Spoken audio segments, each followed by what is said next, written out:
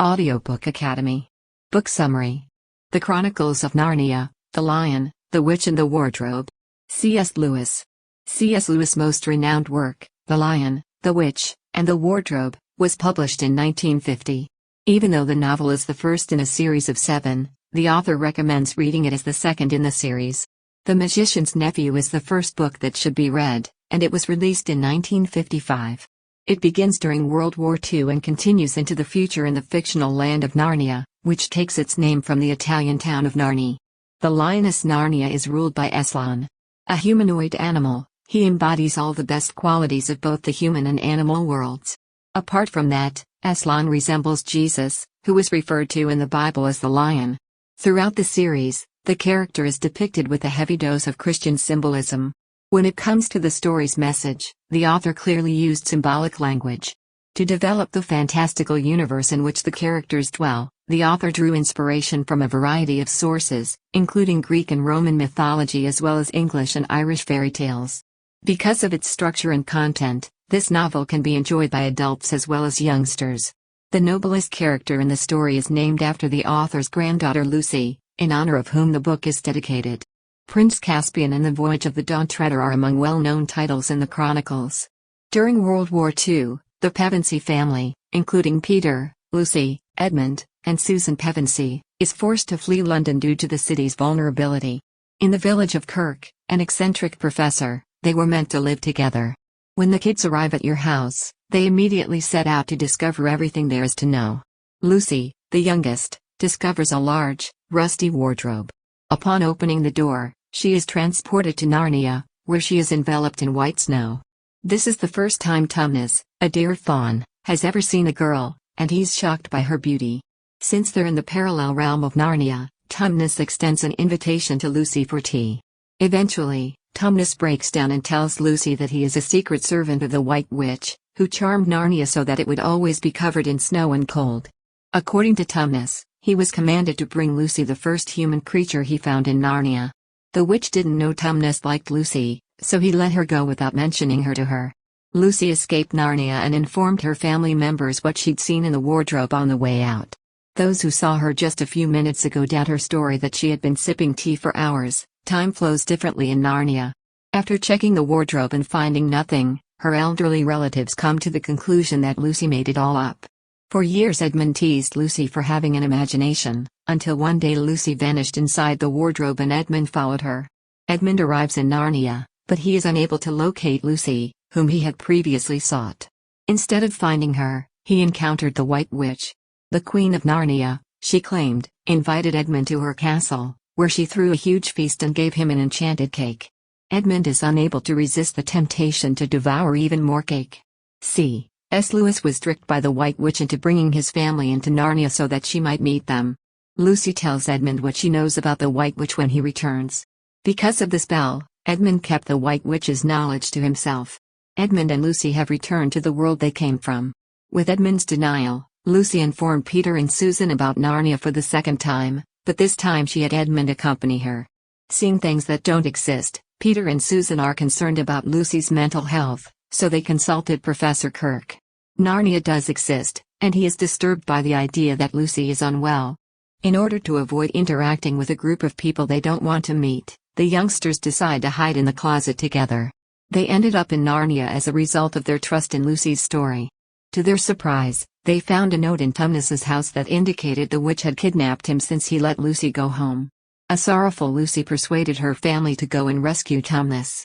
They set off for Narnia's woodland, following a bird's lead. They ran across Mr. Beaver en route and he welcomed them inside his house. Although Mr. Beaver said it was impossible to save Tumnus, the group decided to try nonetheless. In order to fight the witch, the only hope they had, according to Mr. Beaver, was to track down the lion Aslan. The scheme is a hit with everyone except Edmund, who gets goosebumps whenever he hears the word Aslan. Aslan's presence in Narnia repulses the White Witch, so she begins plotting methods to destroy him. The witch wished to forestall the prophecy concerning the arrival in Narnia of 4 humans who would rule alongside Aslan. In her mind, she thought that the 4 people in the room were Lucy, Edmund, Peter, and Susan. Mr. Beaver helped Lucy, Susan, and Peter get to the location where Aslan is said to be hiding. This is the phase of their voyage where the witches' powers were non-existent. They saw the seasons change and the snow begin to melt. With Edmund, the witch couldn't make it to Aslan's lair since she'd lost her magical abilities. Aslan was discovered by Peter, Susan, and Lucy, who became close friends with him. In spite of their reverence for him, they felt safe in his presence.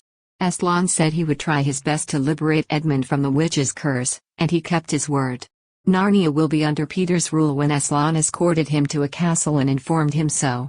Susan blew a horn she had received from Father Christmas while the two of them were conversing. To be able to utilize the horn in an impossible situation, he gave it to her. When Peter arrived and found Susan being mauled by one of the witch's wolves, the Father Christmas gave him a sword that he used to kill the beast. There were a lot of wolves in the distance, as seen by Aslan. He enlisted the aid of his comrades to pursue them in the hopes of learning more about the witch's schemes. In the meantime, the witch is preparing to assassinate Edmund, who has become a thorn in her side. Aslan and his siblings arrive and rescue him. While searching for the witch, they came across her, but she was able to blend in with the environment. Edmund was overjoyed to see his siblings and Aslan after being freed from the enchantment. Edmund's death was sought by the Witch of the West because she thought he was a traitor. Although Aslan has promised not to allow her to kill Edmund, the two of them have forged a secret alliance. The witch enjoyed it but Aslan didn't, and he did not tell others what their agreement was about. Susan and Lucy noticed Aslan's sadness the following night, but they had no idea why. His disappearance led them to the stone tables, where he instructed them to depart since he was in negotiations with the White Witch. Susan and Lucy watched the witch humiliate and murder Aslan while hiding in the bush. An actual deal was struck. Edmund was the price that Aslan paid for his own. After Aslan's death, Susan and Lucy spent the night with his corpse.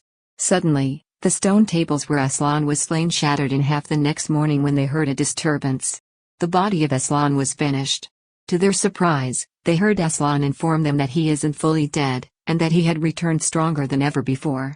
In order to release the witch's prisoners who had been frozen in ice, Aslan took the girls to her castle. In order to aid Peter's army in the war against the witch's army, Susan, Lucy, and Aslan left. Aslan emerged and slew the witch just as Peter and his army were about to collapse.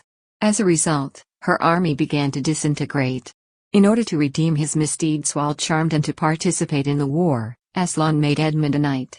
As Narnia's official rulers, Susan, Lucy, Peter, and Edmund ascended to the throne of Cair Paravel, the main castle in Narnia and its emblem. Aslan then vanished once more. It was a long time before they reached adulthood. It was while they were riding their horses through Narnia that they discovered the exit they were looking for. They made the decision to return to their planet after establishing peace in Narnia. Even though they spent a lifetime in Narnia, Susan, Peter, Edmund, and Lucy were only a few minutes older when they returned to the real world. Narnia will return to them, Professor Kirk told them, as he recounted their travels. Characters: Aslan, the White Witch; Peter, Susan, Edmund, Lucy, Tumnus, Professor Kirk, and Mr. Beaver were all present. Aslan, the good king of Narnia that represents its good magic. He has a heart of gold and is willing to give his all. In sacrificing his own life for Edmund's, he's shown his admirable character. Returning from the dead, he is a formidable figure. He can be used as a metaphor for Jesus Christ in the context of Christianity. The White Witch, greedy, cold and evil ruler of Narnia that held it captive in eternal snow and coldness so that she could subjugate everyone that lived in it. For amusement, she'd enchant others so that she could control them like she did Edmund. She slaughtered everyone who stood in her way. She can't have anything she wants since she's so selfish. Peter, the oldest. One of the most exemplary men I have ever known. For his unselfishness, Aslan elevated him to the rank of King of Narnia, and the people of Narnia trusted him as a result. Susan, the second oldest. When it comes to being a good mother and a good person, she has all of these qualities. In order to summon Narnia's people for help, she is given a magic horn that she can use whenever she needs it. Edmund, the third oldest, is a spoiled brat who enjoys making fun of others, especially Lucy. His undesirable attributes were set aside at a crucial juncture in the struggle and he helped his brother. As a result, he atoned for his past transgressions. Lucy, the youngest. Sweet, cheerful, and full of generosity are just a few adjectives that describe her. Lucy only saw the best in everyone, and she wants to protect them all. We experience the majority of the story through her hopeful eyes. Tumnus, a magical faun that lives in Narnia. The witch was able to take advantage of his kind nature and his frightening demeanor. Instead of giving her Lucy, he sets her free as a spy in the beginning. In the end, he was transformed into an ice statue by the witch after he committed the crime. Professor Kirk, the quirky elderly professor who cared for the Pevensies during the London air assaults, has died. As a result, his estate is incredibly tranquil. He helps the Pevensies come to terms with the reality of Narnia since he is kind and open-minded. Mr. Beaver, Tumnus's friend, and helps the Pevensies find Tumnus and Aslan. In front of Father Christmas, he handed over the children, who received gifts. Clive Staples Lewis is a well-known children's book author from Northern Ireland. On November 29, 1898, he was born in Belfast. In contrast to his brother Warren, who was more interested in history, Warren was a writer. When his mother died, he traveled to England, where he discovered Wagner's music and developed an interest in the mythology of the Scandinavian countries. The Inklings was formed in 1933, and he became a member in that year. His debut work, the first in a trilogy titled Out of the Silent Planet, was released in 1938. Perilendra was released in 1934, while The Hideous Strength was published after the death of a dear friend. When the first book in the Chronicles of Narnia was published in 1950, it was a pivotal year for him. In this case it was referred to as The Lion, the Witch, and the Wardrobe. The book was made into a movie, which was a huge hit.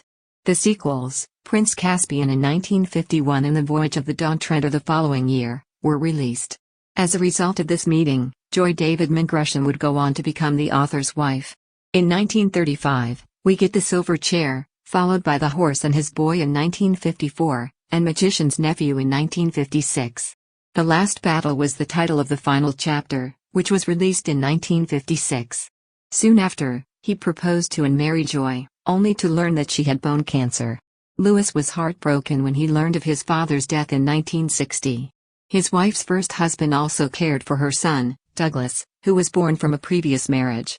A Grief Observed was published by him in 1961, in which he explained how he felt after the death of his wife. On November 22, 1963, he passed away in Oxford, England, only a few days shy of his 65th birthday. Thank you for listening in Audiobook Academy. Don't forget to subscribe and smash that like button for more content like this. See you in next video.